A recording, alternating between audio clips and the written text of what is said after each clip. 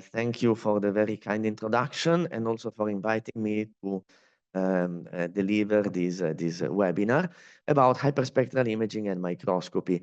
Let me start actually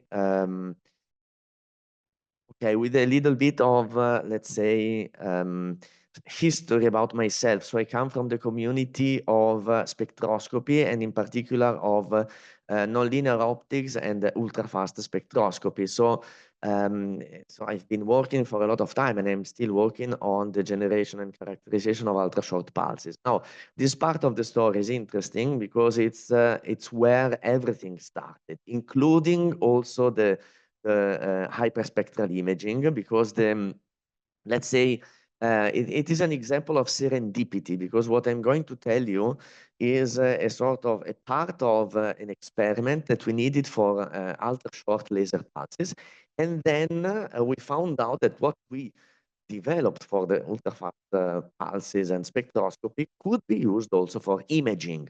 And imaging in particular with incoherent radiation, which is exactly the opposite as laser physics.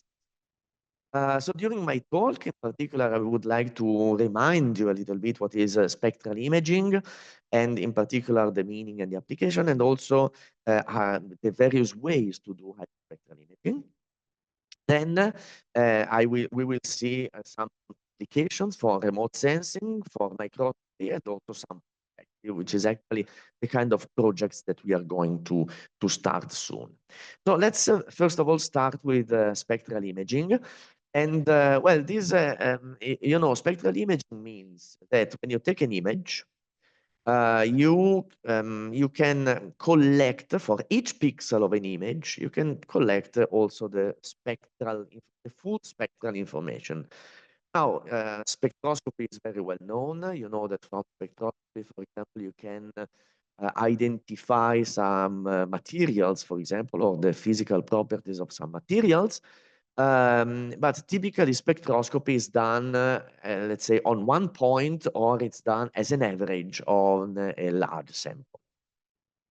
Well, with imaging, actually, you can repeat over and over the spectroscopy measurement on each pixel of the image. And this is very helpful because actually you have a complete view of what is happening there, and you can clearly distinguish if something or where something is happening. So for example, here you have a list or you have some glasses which are full of water, except for one of them, which is filled with the tonic water.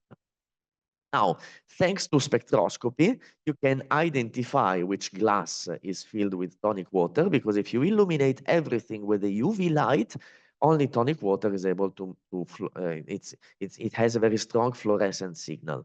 And so, as you can see, by taking the whole picture, I have the whole view of what is happening, and I can clearly identify, without repeating many times the measurement, I can clearly identify where is the tonic water, and I can distinguish it from tap water.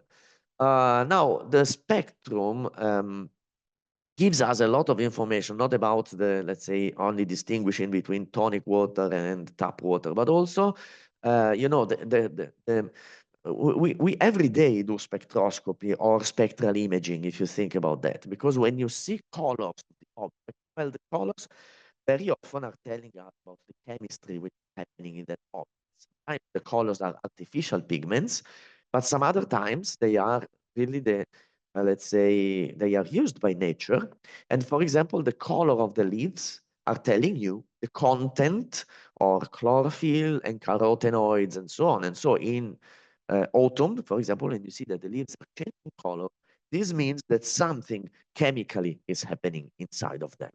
Okay, so hyperspectral imaging is a technique which is able also to give you information about what a process which is going on in space and also in time, and so you can clearly distinguish what is happening. Now, to be able to collect images in, let's say, for each point, enables you then to apply spectral imaging to various kinds of scale. So The smallest one is the microscopic scale. So you can really, by looking at the microscopic image, you can have an idea of the various parts. For example, these are some cells, and we can clearly see, for example, the nuclei from the, or we can distinguish the nuclei from the rest of the cell, for example. Let's say, macroscopic scale, by taking an image of a large object, which can be, for example, a work of art, or can be, as in this case, fruits in a supermarket, you are able to identify, let's say, in one shot or in one image, if some fruits are bad or good, for example. Then at a very, let's say, mesoscopic scale, you can also take hyperspectral images from space, so from satellite. And nowadays we have a large variety of satellites which are taking images of various kinds of the Earth. And I can tell you that in all these three techniques, actually, not only important to take the spectrum, but it's also very important to identify the spectral region. So here you see images in the visible, but for example, there are a lot of information also in other spectral ranges, so in the infrared or also in the thermal infrared and so on. So be able to see informations partially resolved, but also spectrally resolved is particularly interesting in all these kinds of scales. Now, let's say the data set of let's say spectral hyperspectral image is a so-called spectral hypercube, which is in 3 dimensions, 2 dimensions in space, and the third dimension, which is in frequency here. And the so-called spectral, from the spectral hypercube, then once you have it, you can collect a huge amount of information. So for example, you can extract information at one single wavelength, or you can sit at one point, and then you can get the full spectrum of that point. Okay, so the spectral hypercube is the most complete information about spectral information. Then, of course, you can add the polarization and other information, so then it becomes 4-dimension, 5-dimension, and so on. Now, there is a problem. So, and the problem is the following: how to collect spectral information with a typically 2-dimensional detector. Okay, so the detectors for imaging are 2-dimensional arrays of detector pixels. So how to collect spectral image, which is the 3rd dimension. And here are some approaches that you can also find commercially available. One is by putting some filters in front of the detector. But here you have a limited number of bands. So here, for example, you see 6 possible bands where you acquire your image. Another way is to have something a little bit more complex, to have a set of prisms to disperse the light over the detector. And so let's say, instead of using the whole detector for acquiring the image, let's say you separate the detector into sub areas, and each of these areas is a spectral information. Otherwise, there is the so-called point scanning, which means that, okay, I'm not going to take the information about the whole image, but I focus on one point and I measure the spectrum of that point. And then I go to the next one. And this is a point scanning, or let's say raster scanning. Or there is an evolved method, which is let's say the push broom, in which actually you see in the point scan, I'm using actually a 1-dimensional, so a line detector. If I have a matrix, in principle, I could, instead of acquiring a single point, I could acquire the spectral information over a line. And then I go to the next one and to the next one. This last technique, for example, is the natural one, which is used by satellites. Satellites are constantly moving over the surface of the Earth, and so they naturally are moving over the surface, and so the satellite acquires one line at a time. Now, as you see here, I was using, let's say, a prism as a way to represent a method to acquire a spectrum. Okay, so you disperse light through a prism, for example. Now, one drawback of a technique, which is, I mean, the most common one, is that you have to disperse the light over n sensors. So you are anyway splitting the light over, let's say, n times. And so each sensor is acquiring at least 1/n of the whole energy. So let's say that you are sort of applying a filter to the light, if you want. And then these kind of spectrometers also have a spatial filter at the input. This picture here also is telling you why we need a special technique to acquire a spatial spectrum. The fact is that let's say by acquiring a spectrum, you increase by 1 the dimension. So if you go with X and Y, then we have to add an additional information, which is the wavelength of the frequency. Now, there is actually another technique to perform imaging. And this technique will be the one that will be, I will show you many examples of hyperspectral imaging acquired in our labs. And they are all acquired with the technique that I'm going to show you right now. This is called the Fourier-transform. When you have these two replicas and you go onto one detector and you collect the intensity as a function of the delay, then you get the so-called interferogram, okay, which is a correlation between the two replicas of the parts. Very good. Now there is the Wiener-Khinchin-Einstein, and which is telling that if you take the Fourier transform of the interferogram, you get for free, let's say, the spectrum.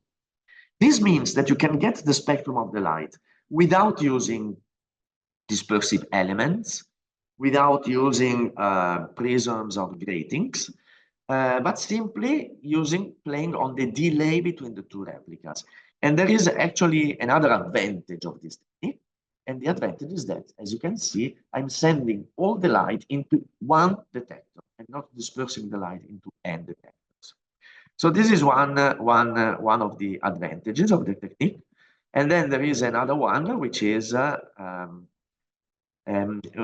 actually the following. You can parallelize the technique.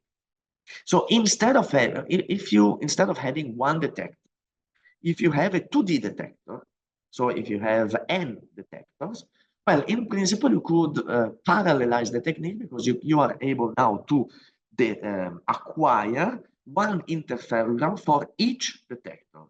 One example is a camera. In a camera, you have two-dimensional detectors, and in a camera, you can send an image. If you send two replicas of the image, actually, you then have what you have. You have an interferogram for each pixel. So 1 million pixels means that you are collecting in parallel 1 million interferograms, and then after doing the Fourier transform for each of them, you get 1 million spectra. And so this is a great advantage over the previous techniques, which were, for example, scanning ones, spatially scanning ones. Of course, there is always a price to pay. And the price to pay for this kind of technique is that the accuracy of adjusting the delay and setting the delay and changing the delay between the two replicas must be better than 1/100th of the optical cycle. Okay, this is a demanding requirement proposed by Fourier-transform spectroscopy. And for example, in the visible, the optical cycle is 2 femtoseconds. And so we must be better in adjusting the delay, better than 20 attoseconds if you want to get a reliable spectrum after Fourier transform. Now, here comes the challenge. So how to generate the two replicas? And well, one of the most famous techniques was by the, let's say, Michelson interferometer, which is depicted here. The first experiment dates back to 1881 and it failed, probably because actually this technique is very sensitive to mechanical vibrations, for example, of the interferometer. So if you move one of the mirrors by fraction of the wavelength, then you are destroying actually the Fourier transform, if you want, because you need to be precise better than a fraction of the optical cycle. This is the reason why in 1887, Michelson repeated the experiment together with Morley, and you see what he did. So the interferometer had a side of 1.5, sorry, the unit of measurement here is missing, 1.5 meters. And it was built on a stone of thickness of 30 centimeters, which was floating in a pool of mercury. Okay, so this strategy was used actually to avoid any kind of vibrations from the let's say the interferometer. Okay, so already at that time they realized that it was necessary to have a superstable interferometer. Actually, here I'm going to introduce another kind of interferometer, which is a birefringent interferometer. It's based on a property which is called birefringence, which is a property of some kinds of materials. And in these materials, which are transparent, actually, what is happening is that you can identify two directions, which we can call ordinary and extraordinary. In this picture here, the two directions are X and Y. And when light propagates through this crystal, the ordinary and extraordinary polarizations propagate at different speeds. And so if you go in with a pulse, for example, you at 45 degrees, which means that half of the energy is ordinary and the other half is extraordinary. Actually, then you generate two delayed replicas. Here you have an example where instead of putting only one crystal, I put two of them with the two optical axes which are reversed. And so one crystal is able to introduce a positive delay and the other one a negative delay. Okay, so this is one way to generate two replicas by simply using birefringence. Now, here you also have a list of birefringent materials. Please note that in this picture here, actually, I used pulses. And this is due to the, let's say, to my, to the original idea where we developed our interferometer, because this was really to generate delayed pulses, okay? And for me, light was only pulses. While actually then we found out that the technique that I'm going to show you is also working perfectly with incoherent radiation, which is quite some sort of magic, but it's working very fine. Now, let me go back.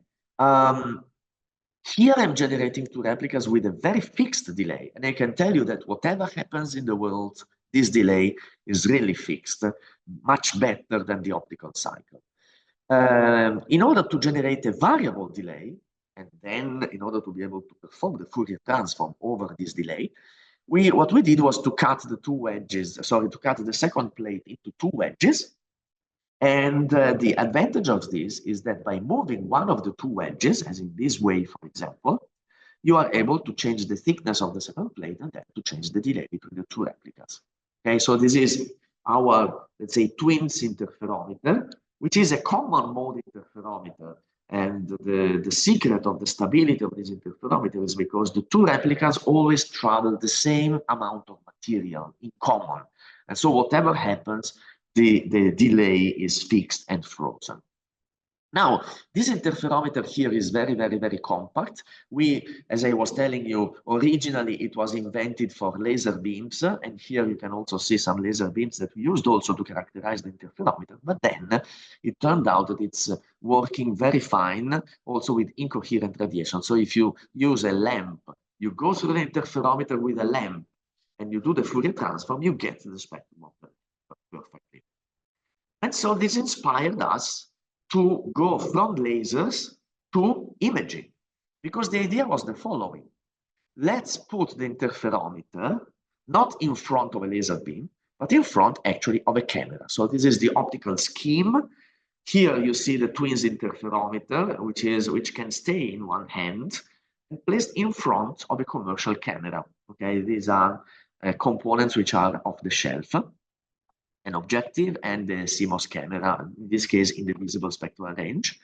By combining these two things, here it is, a hyperspectral camera. And now I'm going to show you some properties of the camera, so some examples.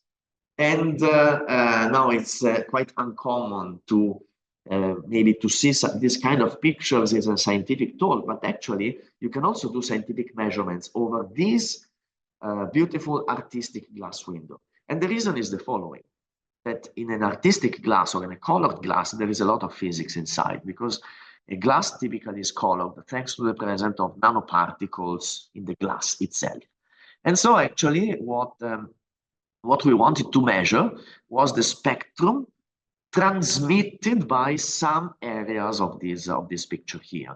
This is an example of the pictures that you can find in churches where actually this kind of artistic glass windows are, in my opinion, the most beautiful ones, the most colored ones.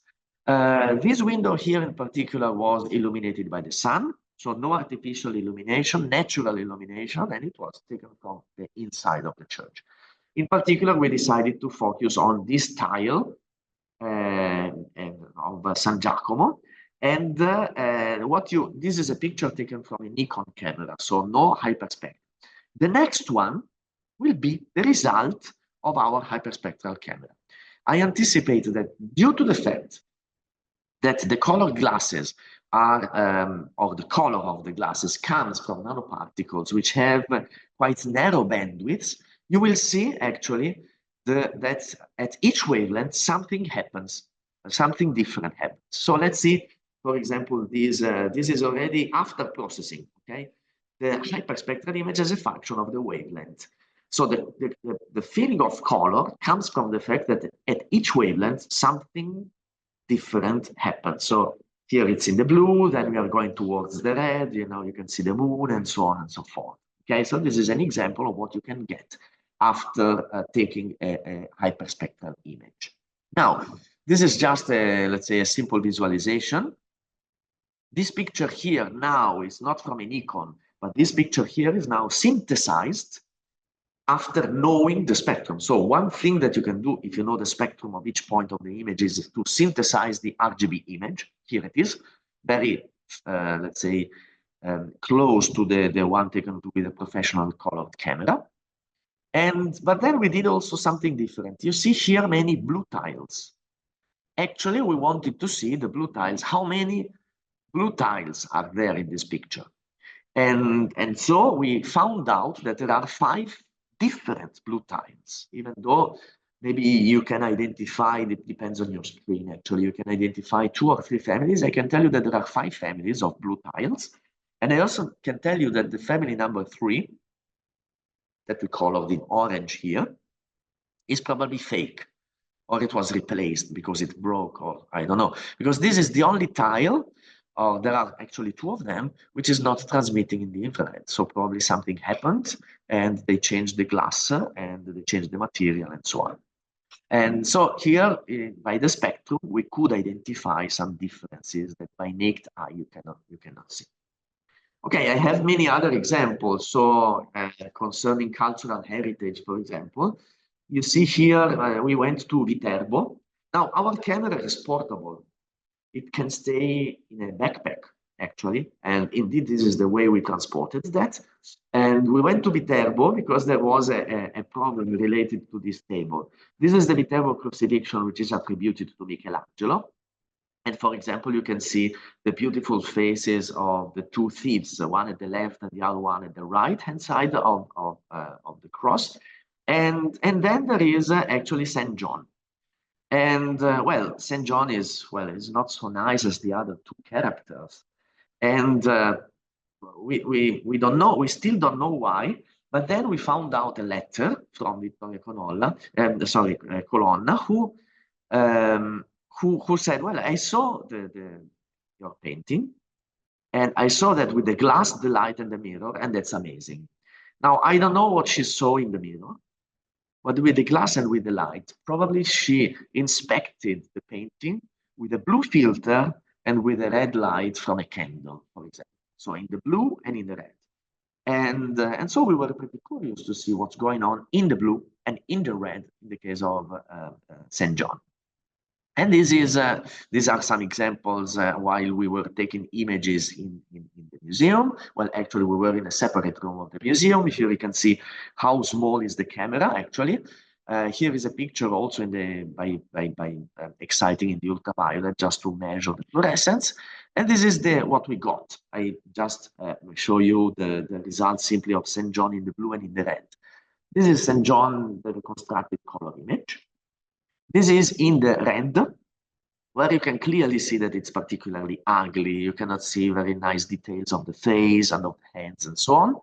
While it's totally different, or you have very different details, especially if you look at the face at 550 nanometers. And here are the 2 pictures as a comparison.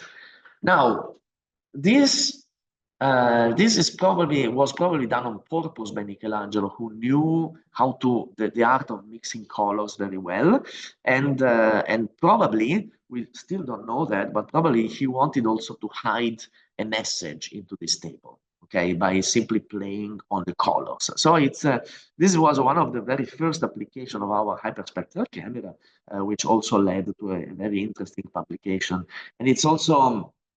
Let me tell you that it's very fascinating because it allowed us, which would typically work in the lab, to go outside the lab and also to get in contact with people from totally different communities. So history of art, artists, curators of a museum, and so on. So totally different cultures, and we had to, let's say, mix our knowledge in order to, let's say, to make this publication, for example, so to learn a little bit more about this table. Of course, we did other measurements. So this is from the Codex Atlanticus of Leonardo da Vinci. Wonderful experience there, because we wanted to see if there were some damages. And then also we studied the manuscript by Ludwig van Beethoven, especially just to understand which kind of ink he was using, and also to reconstruct a little bit the history of this manuscript, because, for example, we could identify that some notes were placed there later on or with another ink and so on. So that was a very interesting study on a manuscript, on a very interesting historical manuscript. In this case, we were in contact with people who are expert in the history of music, and in particular of Beethoven. And then also we went to Louvre to study other things. So this is just to tell you that actually with this device you can do many things, mostly applied to cultural heritage, but also for exploring, as in this case, the landscape. So the camera, well, this I didn't know until I saw the images. So one of my students one day decided to take the camera from the lab and to go outside and to take a picture. So he went on trekking, and then he took a picture of this lake. It was very interesting because we learned a lot also. And in particular, here you see the image, I mean, the camera is black and white. And then we have the interferometer to get colors, but the image is black and white. So here you have an example of the image and the island and the lake, and some examples of the spectra in selected areas of this image. Here you can also clearly identify the peaks of chlorophylls, which are related to the trees that you see here in the image. And so you can also tell if, for example, the trees are true or fake, are dead or alive, if they have some problems, if there are some parasites, and so on, for example, from remote. And yeah, this is again the RGB synthesized the image. Okay, so the green and the blue that you see here is synthesized from the spectra. And on the right-hand side, for example, you can clearly see the image, which is as a function of the wavelength. And you can see, for example, that when you go from the infrared, so from now to the visible, which is happening now, you see the change of contrast. Okay, because of course the absorption dramatically changes from the visible to the infrared. We also developed the camera, and this was in collaboration with the European Space Agency, to take images in a completely different spectral range, which is the thermal infrared. The thermal infrared is around 10 microns, and it's particularly interesting because at that wavelength you have the fingerprint of the vibrational modes of molecules. So by measuring spectrum at the thermal infrared, so around 10 microns, let's say, you get chemical information, not only, let's say, electronic information, but also chemical information about materials. In the case of the thermal infrared, there is a problem, and the problem is that while in the visible, it is the sun which is illuminating the Earth. And so if you take a picture of the Earth, for example, or outside, then the light from the sun is very rich in the visible and in the infrared. There is nothing in the thermal infrared. And so for the thermal infrared, you have to use the temperature of the objects themselves. So when you take a thermal infrared image of the Earth, for example, you rely on the fact that the Earth is at 300 Kelvin, and it is emitting as a black body at 300 Kelvin around this spectral region. So every object is illuminated actually in this spectral region. And here I have an example of an object, a mineral, and this is a mineral of quartz, and also you see also an artificial quartz in the right hand of the image taken from our lab. And then we took a hyperspectral image in the thermal infrared. We had to heat the crystal a little bit, but this is the result. So the various colors are telling you the different species of this mineral. We could clearly see the artificial one from the pure quartz, from the, let's say, defected quartz, means amorphous, probably one. So the various colors are telling you how this rock is made. And on the right-hand side, you see the spectra. The camera is exactly the same that you saw in the visible, simply we had to change the detector. And this is just some examples of hyperspectral imaging. Just imagine that if you take this image from a satellite, you can recognize on the ground which kind of minerals are there already from remote. Okay, and so these are some examples of remote sensing. And then let me go quickly, now that you have understood the potentiality of the technique, to microscopy. And with some, of course, microscopy, you have applications for micro nanotechnology, material science, and also biology. And so let's see some examples. Again, what we did was coupling our interferometer, which is very compact, to a microscope, a commercial microscope. This one was the Leica microscope, and then actually we were able to place inside the microscope the interferometer. And so we went from an ordinary microscope to a hyperspectral one. And what can we measure? We can measure reflectivity, transmission, fluorescence, and I will show you that we can also measure Raman.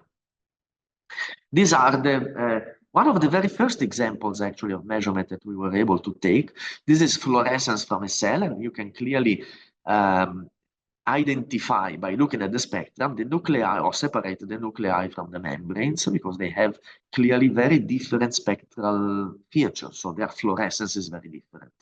Spectrally speaking, they overlap, but their shape is like quite different. And so since they are overlapping, it's quite difficult to see or to separate them with an ordinary camera.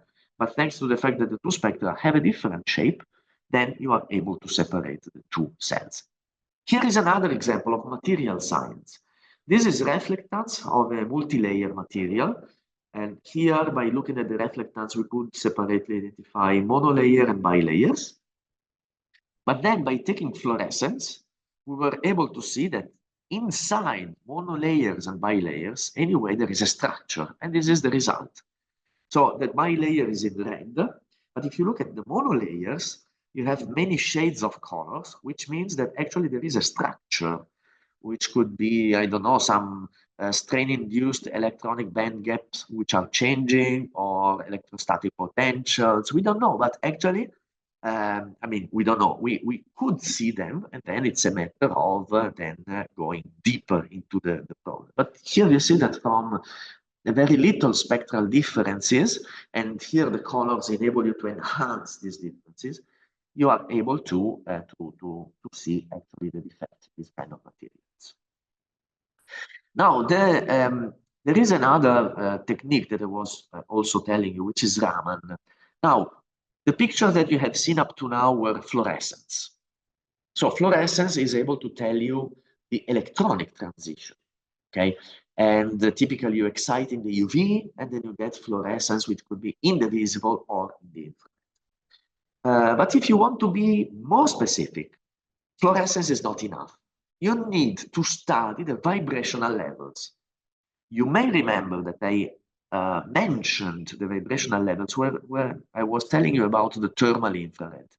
Well, the vibrational levels, which I'm telling you the kind of bonds which you can find inside a molecule, are at, let's say, in the thermal infrared, so around 10 microns. So you can explore vibrational levels by direct absorption, but you need an infrared source, which is not so easy to get. Or you can use Raman, which is the other technique which is used in order to explore the vibrational levels. In Raman, what you do, you excite in the visible, a virtual level, and then some photons, when they decay back to the ground state, actually, they decay to an upper vibrational level. And so the emitted photons, which we can call the scattered photons, slightly change their frequency. And the change of their frequency corresponds to the frequency of the vibrational level. This is the Raman. In the Raman, then you have to excite a lot with a lot of power because the efficiency of the Raman, of the, if you want, the cross section is very, very, very low. So only one photon every 10 to the 10th or 10 to the 9th, only one of them is scattered. So the let's say the cross section is extremely low. And so we wanted to see whether anyway we were able to measure the spectrum of the scattered photons. Here you see only one vibrational level, but if you have a complex molecule, you have many vibrational levels. And so you have many scattered photons at different frequencies. And so if I could measure the spectrum of the scattered photons, then I could reconstruct the so-called Raman spectrum. Now, and this, of course, gives us a very high chemical specificity. So how is typically Raman spectra measured? Well, this is measured by raster scanning. So you sit at one point, you excite with the pump, you measure the spectrum of the scattered photons with the spectrometer, and then after this, you go to the next point. Now, this measurement here has quite low efficiency. And indeed, for example, it is taking 5 hours to collect 100,000 points. We can call them pixels, but actually they are points because they are discrete points over your surface. And then also there is another drawback of Raman. There is a very strong fluorescence. The reason is that we are exciting with a strong beam, and of course fluorescence is always there, or almost always there. So overlapped to the Raman, which is extremely weak signal, you have a very strong fluorescence background. And the community of Raman people actually know how to remove this background in post-processing. Now I will show you that we decided, instead of using this technique here, raster scanning, we decided to use the Fourier-transform spectroscopy. So again, here you have the microscope, you have the interferometer on top, and then we have an illumination path which is necessary in order to have a uniform illumination, a wide field illumination over the whole sample. And then we acquired the spectra of the scattered photons. And now, let's the Raman gave us the possibility to explore a little bit more the advantages of Fourier-transform spectroscopy. Let's say, up to now, up to this point, up to this slide, Fourier-transform spectroscopy is an alternative to ordinary spectrometers. Ordinary, I mean with the prisms or gratings. So up to now, Fourier-transform is an alternative which has some advantages, some other disadvantages, and so on. So, but they are actually on the same plane. But actually, Fourier-transform spectroscopy offers you the possibility, let's say, offers you another domain, which is the time domain. So by working in the time domain, you can have some kind of information, and Raman is an example which is telling you why. Now, here is a typical spectrum of a Raman, where you have a broadband fluorescence, the huge broadband signal is fluorescence, overlapped with the Raman peaks. Now, in most cases, this picture here is not true because the Raman peaks should be much smaller. Anyhow, okay, as for sake of an example here, let me use this one. Now, I would like to remind you the following, which comes from Fourier-transform theory. Well, this is the interferogram associated to the spectrum. So this is, you can easily calculate it. So for each interferogram, you have a spectrum and vice versa, always. But I would like to remind you the following, which comes from Fourier-transform theory. If you have a narrowband spectrum, the Fourier transform would be a very long function. So narrowband spectrum, long, so narrowband in spectrum, long in time. and vice versa. Broadband in spectrum, short in time. Now, what is short in time actually is the interferogram that we measure.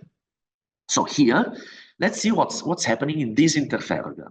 So if I only take the short delays, and I take the Fourier transform only of what is happening at short delays, I only get information about signals which are broad bandwidth.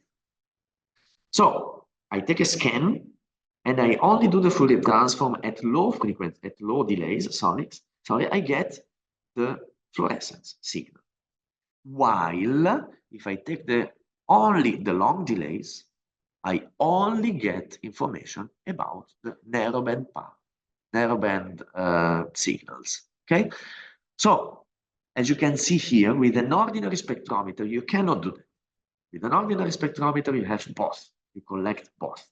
But with Fourier transform, playing on the way you sample the signal, you get either the broadband or the narrowband feature, either the fluorescence or the Raman. So we found a way to isolate, not for post-processing, but during the measurement itself, to isolate the Raman signal or the narrowband signal from the broadband one. Okay, so let's see some examples. These are PMMA and PS microbeads of micrometer scale. This is reflectivity, while this is an image after taking the Raman emission or the Raman scattering from these beads. You can clearly see that so the colored spectra are actually the Raman spectra that we measured with our technique. The gray spectra are the ones from literature. And not only we could identify all the spectra as expected, only by taking the long delays only, but also, as you can see here, our measurement is background free. So if you look, for example, at the green spectra and the corresponding gray one, the gray one has a background, which is the fluorescence, which is sometimes pretty hard to remove. In our case, it's background free. So this is one example, and then I can also tell you that we could take 250 kilopixels, okay? So because the technique is in parallel, as I told you, so one advantage of Fourier transform is that it's working in parallel. So in parallel, we could take all these big pixels in only, let's say, less than 1 hour, okay? Which is much faster than ordinary Raman measurement. And here are other examples. So since we are talking about recycling means also being aware of the amount, for example, of plastics which are in the environment. Here are some fibers, polyester and polyamide, which were found in the environment. And then it was a matter of identifying them, and you can identify them by Raman. So by looking at the Raman spectra, we could clearly identify polyamide from polyester, and this is the synthesized image corresponding to the one at the left. Okay, again, only, let's say, less than half an hour, we could take the image. This measurement is collaboration with Università Politecnica delle Marche, which is giving us so they are expert in microplastics and environment, and they are providing us with the microplastics, for example. Here is another example of material science, where now we compare reflectivity of monolayer and bilayers, fluorescence, as we did before, but on another sample, and Raman. And in this case, we measured the shift of the peak. And by the shift, we could clearly identify monolayer and bilayer. And we also could get slightly different maps with respect to the fluorescence. So it's a complementary technique. And so this is, let's say, the same table as before, but where we compare the advantages of the Fourier transform Micro-Raman with respect to the standard one, no fluorescence and much shorter time for the acquisition. And now this is just to conclude, because the perspective, well, we are working to develop these cameras even more. Many groups are doing that, actually. And one possibility is, for example, to extend or to send this kind of camera in space. So in space, they are using, as I was telling you, the push broom.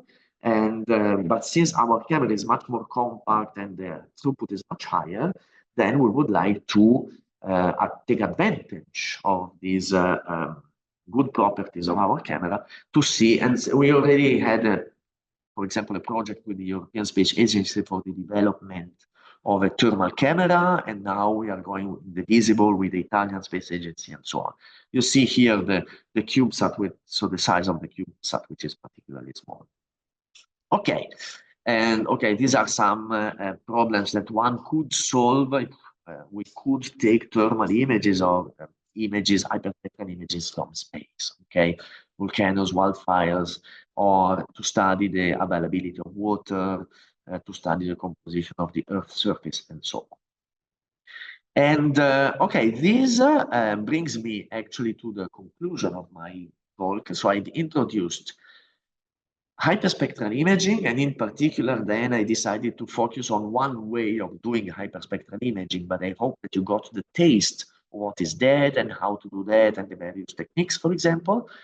Then I've shown you some applications. So for cultural heritage, this is an example what we do. We do that very often for material science, and also for doing, for example, fluorescence, but also Raman imaging, as you can see, for example, in this picture. And I would like to thank all the people who contributed to the development of the camera, but also the development of the performance of the measurements, and also the funding agencies which helped us. Let me also conclude with another thing, with the so-called hyperspectral group picture. Now, this title here has two meanings. This is the picture of the hyperspectral group, and indeed here you can see most of the people of the hyperspectral group, but it also has another meaning. This is a group picture, which is hyperspectral, and indeed now I'm showing you only just two bands, okay, the visible and the infrared, just to show you actually that we get very different information. I can tell you that, for example, one of the ladies, when we took the picture, was coloring her hair, and this can be clearly seen in the infrared spectral range. I'm telling you this information because it was the lady herself who identified this in the spectral imaging. Let me also add one other very fancy picture, because I told you that we do Raman imaging, and so we went to a conference and going in Rome, and going from Raman to Roman is actually a very short step. So the social dinner, actually, we also had to dress with Roman dresses. And this also gives me the opportunity to thank the Renzo Vanno, which is at the right-hand side of the picture, who is the expert of Raman and who is advising us a lot about the development of our microscope. So with this, I thank you very much for your kind attention, and yeah, and thanks for listening to this talk, and thanks for inviting me. Thank you very much, Cristian. It was really interesting and very educational, and I'm very glad that we will have this tutorial on hyperspectral imaging on the YouTube channel. A lot of people will benefit, so thank you very much. Oh, thank you too. So if there are any questions, please type them in the Q&A section at the bottom, and then I will put them to our speaker. In the meantime, Cristian, I would like to ask you, have you applied this hyperspectral imaging in any three-dimensional heritage objects, like yes, a statue? Yes. Oh, yes. Glad that you asked me that, because actually most of the cameras, the commercial one, have a fixed focus, or I mean, they can easily take flat objects, but the field depth is not very large. In our camera, the field depth is very large, and so we could take three-dimensional objects. We could take buildings, but also statues. Okay, so just to be able to see to collect information, and every plane was in focus to collect information from every point of the statue, at every visible point of the statue. Yeah. So it's this is another advantage of this technique, because it relies on the optics. So the interferometer itself is not changing the optical properties of the imaging part. So it's a matter of taking care of the imaging part of the objective and the camera and so on. Okay, great. Thank you. I see a question from Dimitris Anglos, thanking you for the exciting talk. And if you could please explain the different spectral features in the quartz thermal emission spectra. Yes, so the, let's say, okay, what is very well known from literature is, let me see if I can go quickly there, yeah. What is very well known from literature is, for example, the deep here in the pure quartz, okay? Now, I don't remember what's the feature of this to tell the truth, but it's in literature you can find the spectra of many kind of minerals, and each of them has a specific, let's say, line, a specific line or family of lines, absorption around this wavelength, and we were very happy to be able to see actually this deep here around 9.5, 10 microns, because it is really very close to the one reported in literature. And so we were guessing it was quartz, okay, this rock here, and the spectra here confirmed. For the, you see the fused silica is probably amorphous one. And so in the amorphous one, probably you do not have the regularity of the structure that you have in crystalline quartz. That's the reason why the deep at 10 micron disappears. But I can tell you that actually this spectrum here is the combination of, let's say, black body spectrum multiplied by the emissivity, and the emissivity carries information about the material. And in this case, the emissivity has a dip around this wavelength here. So, Cristian, thank you again very much for this very exciting talk.